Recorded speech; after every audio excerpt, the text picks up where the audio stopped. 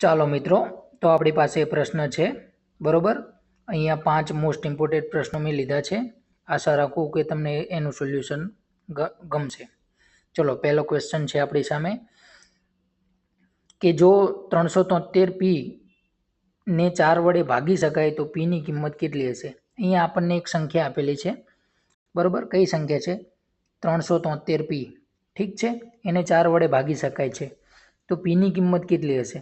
હવે આપણને બધાને 4ની વિભાજ્યતાની ચાવી ખબર છે કે કોઈ પણ સંખ્યા જે છે જેના છેલ્લા 2 આંકડા 4 વડે નિશેષ ભાગી શકાય તો એ આખી સંખ્યાને આપણે 4 વડે નિશેષ ભાગી શકીએ છીએ. ઠીક છે, તો અહીંયા 3p જે છે લાસ્ટ 2 આંકડા, બરોબર, એ જ આપણે લેવાના છે. ઠીક છે, તો 3p છે. હવે pની જગ્યાએ આપણે ઓપ્શન એ પ્રમાણે 2 મૂકીએ તો 32 થશે, બરોબર. તો 32ને 4 વડે ભાગી શકાય છે. ઠીક છે, એટલે આપણે એ જવાબ પણ આવી શકે છે. ચલો, હવે pની જગ્યાએ આપણે 6 મૂકીએ તો કેટલા થશે? 36. ઠીક છે, 36. તો 36ને પણ 4 વડે નિશેષ ભાગી શકાય છે, એટલે 6 પણ આવી શકે. પછી 2 અને 6 આવી શકે. ઠીક છે, અને 4 મૂકીએ તો pની જગ્યાએ 4 મૂકીએ તો આપણે શું આવશે? 34. તો 34ને આપણે 4 વડે નિશેષ ના ભાગી શકાય, એટલે ઓપ્શન ડી તો નહીં જ આવે આપણે, બરોબર. પણ અહીંયા જુઓ, આપણને એમાં 2 આપ્યા છે, એમાં 2 છે, બીમાં 6 છે અને સીમાં 2 અને 6 છે. તો આપણો જવાબ શું થઈ જશે? ઓપ્શન સી, 2 અને 6. 2 અને 6 બંને પીની કિંમત હોઈ શકે છે, એટલે આપણે 2 અને 6 જવાબ આપણો થઈ જશે. ઠીક છે, ચલો બીજા પ્રશ્ન તરફ આપણે આગળ જઈએ. બીજો પ્રશ્ન શું છે? 5 સળંગ બેકી સંખ્યાઓની સરેરાશ 40 છે. આ સંખ્યાઓમાંથી સૌથી નાની સંખ્યાનું મૂલ્ય શોધો. હવે 5 સળંગ સંખ્યાઓ કીધી છે આપણને, 5 સળંગ સંખ્યાઓ, બરોબર. સળંગ બેકી સંખ્યાઓની સરેરાશ 40 છે. હવે તો આ સંખ્યાઓમાંથી સૌથી નાની સંખ્યાનું મૂલ્ય શોધો. ઠીક છે, તો બેકી સંખ્યાઓ કીધી છે આપણને, તો સરેરાશ 40 આપી છે આપણને. હવે સરેરાશ 40 છે, બરોબર, એનો મતલબ શું થયો? 40 એ વચ્ચેની સંખ્યા છે. સરેરાશ 40 હોય એટલે એના પછી 2 સંખ્યાઓ હશે અને 40 પહેલાં 2 સંખ્યાઓ હશે, બરોબર. તો બેકી સંખ્યાઓ કીધી છે, તો 40 પછી 2 સંખ્યાઓ કઈ આવશે? 42 અને 44. ઠીક છે, અને 40 પહેલાં 2 બેકી સંખ્યાઓ કઈ આવશે? 38 અને 36. ઠીક છે, આ વચ્ચેની સંખ્યા જે છે એ સરેરાશ કહેવાય આપણી. ઠીક છે, આ બધા આપણે 36 પ્લસ 38 પ્લસ 40 પ્લસ 42 પ્લસ 44 સરવાળો કરી અને એને 5 વડે ભાગશું તો આપણો જવાબ 40 જ આવશે. એટલે વચ્ચેની સરેરાશ જે હોય એ વચ્ચેની સંખ્યા જ હોય, બરોબર. તો અહીંયા આપણને શું પૂછ્યું છે? સૌથી નાની સંખ્યાનું મૂલ્ય શું શોધો. ઠીક છે, તો સૌથી નાની સંખ્યા કઈ થઈ જશે? 36. ઠીક છે, ઓપ્શન બી 36 આપણો જવાબ થઈ જશે. જો સૌથી મોટી સંખ્યા પૂછી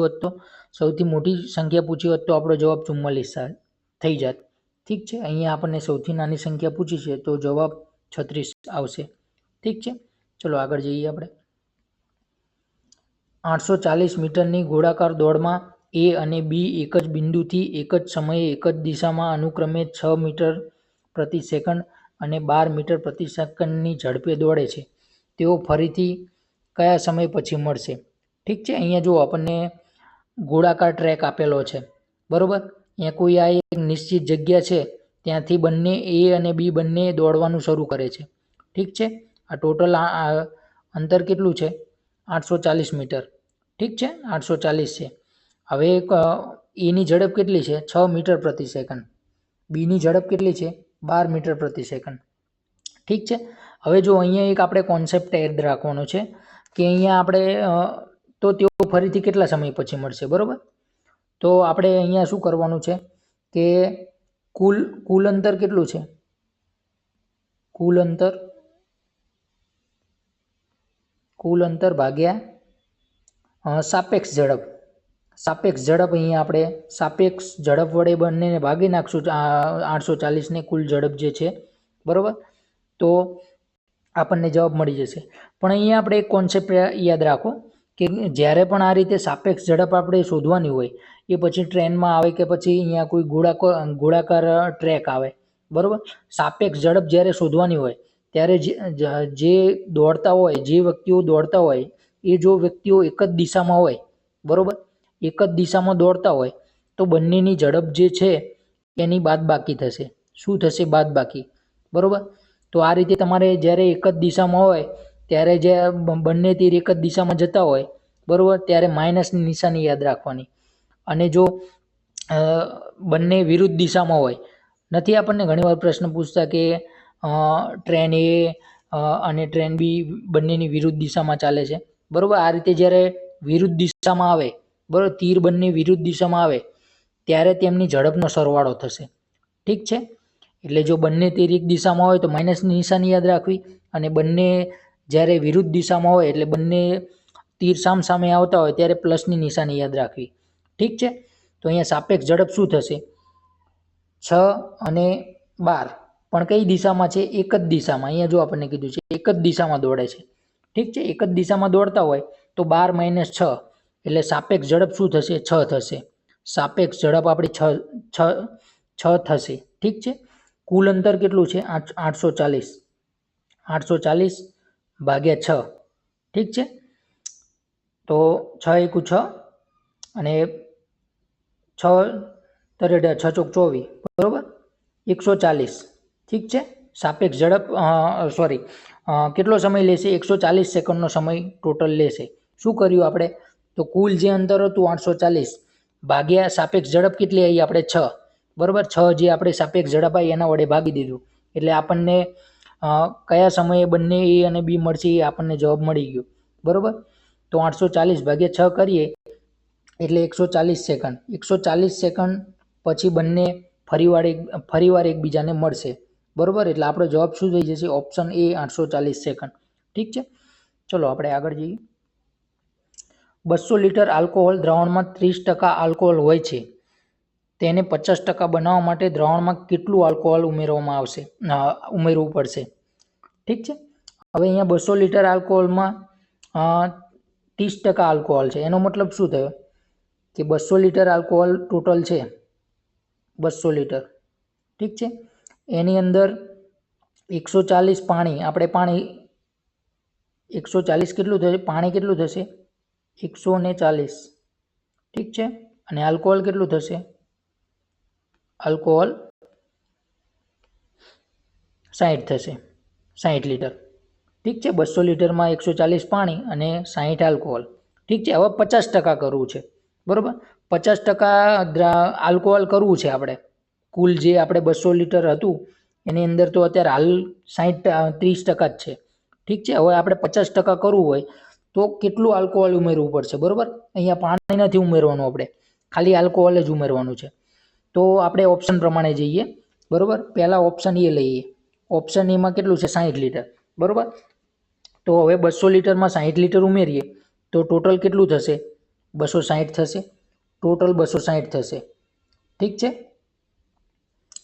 અને આલ્કોહોલ કેટલું થશે? 60 તો હતું જ અને બીજું 60 ઉમેર્યું એટલે 120 થશે. 120 થશે. તો આ 50% 120 થોડી થયું, બરાબર. 260ના 50% 120 ના થાય, બરાબર. એટલે ઓપ્શન એ આપણો ખોટો થઈ જશે, બરાબર. ઓપ્શન એ આપણે ખોટો થઈ જશે.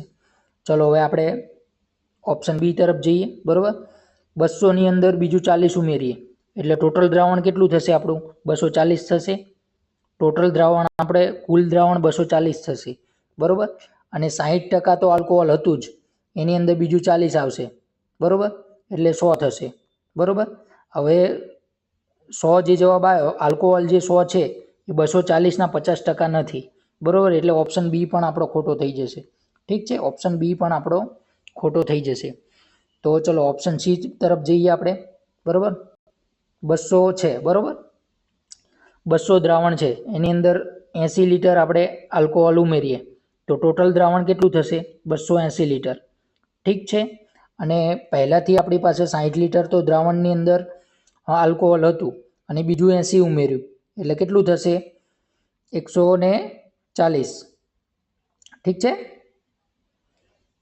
140 થશે તો આ 140 છે એ 280 ના 50% છે બરોબર 140 એ 280 ના 50% છે એટલે આપણો જવાબ શું થઈ જશે ઓપ્શન સી 80 લીટર 200 લીટર જે આલ્કોહોલ હતું 200 લીટર જે દ્રાવણ હતું એની અંદર 140 પાણી હતું અને 60 આલ્કોહોલ હતું ઠીક છે એની અંદર હવે આપણે 80 લીટર બીજું આલ્કોહોલ ઉમેરશું તો આલ્કોહોલની ટકાવારી 50% થઈ જશે ઠીક છે થઈ જશે ને કારણ કે જો આ 140 છે અને આ પણ 140 થઈ જશે ઠીક છે એટલે ઓપ્શન સી 80 લીટર આપણો જવાબ થઈ જશે ઠીક છે ચાલો પાંચમા પ્રશ્ન તરફ જઈએ આપણે એક વ્યક્તિ 1 રૂપિયામાં 8 નારંગી ખરીદે છે અને તેને 1 રૂપિયામાં 6 નારંગી વેચે છે ઠીક છે તો નફાની ટકાવારી શોધો એક વ્યક્તિ જે છે